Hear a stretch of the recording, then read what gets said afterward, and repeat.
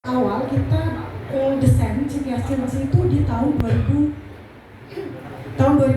Bapak.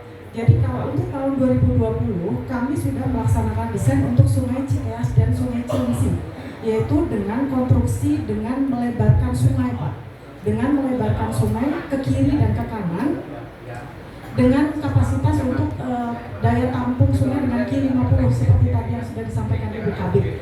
Jadi dengan adanya pelebaran sungai tersebut, hasil dari larap sebelumnya, larap sungai yang rencananya dinormalisasi dengan melebarkan ke kiri dan ke kanan itu membutuhkan luas lahan atau kebutuhan lahan yang cukup sangat besar dengan biaya pembebasan yang cukup besar, hampir mencapai beberapa datanya saya nggak bawa, tapi mencapai triliunan untuk hanya membebaskan tanah saja.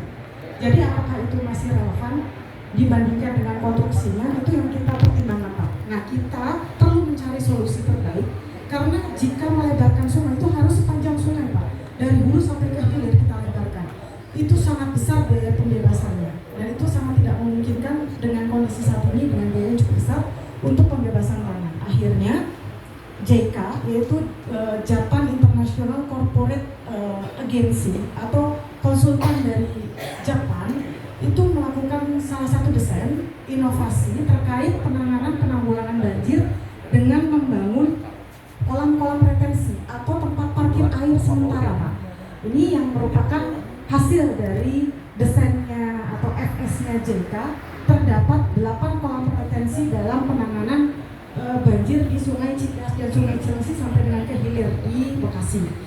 Dari 8 ini kami telah melakukan sosialisasi sebelumnya untuk Sungai Cilengsi di tahun lalu Pak. Nah, tahun ini adalah kegiatan lanjutan kami untuk 5 kolam retensi lagi untuk penanganan di Sungai Cikeas dan Sungai Cilengsi.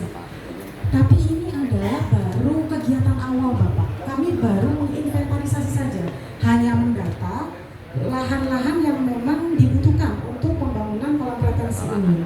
Nah, lahan ini juga kita nanti akan langsung masih ada beberapa tahapan lagi yang memang harus kita proses. Apakah dari Bapak dan Ibu menyetujui atau tidak?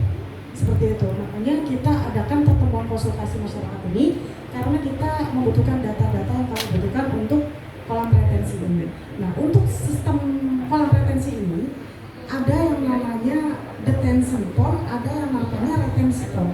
Jadi sistemnya itu ada beberapa seperti di konsultasi PKM sebelumnya di Tanjung Udik dan Bojongkulur. Memang ada beberapa masukan bahwa retensi itu, kalau retensi pond itu dia menampung Pak, dia ada airnya. Nah, seperti yang tadi sampaikan, lahan di kita kan terbatas, di Bekasi, di Bogor ini lahan terbatas dan juga biaya pembebasan cukup besar. Maka dari itu ada beberapa metode yang nanti kita lakukan. Ada yang dengan mengeringkan kolam, ada yang kolam itu memang tetap mengenang. Nah, itu ada 2. Tapi kalau kita keringkan nanti pada saat curah-curah hujan tinggi, mendung nih, mau mendung kita keringkan dulu Pak, supaya dia bisa menampung secara maksimal air itu.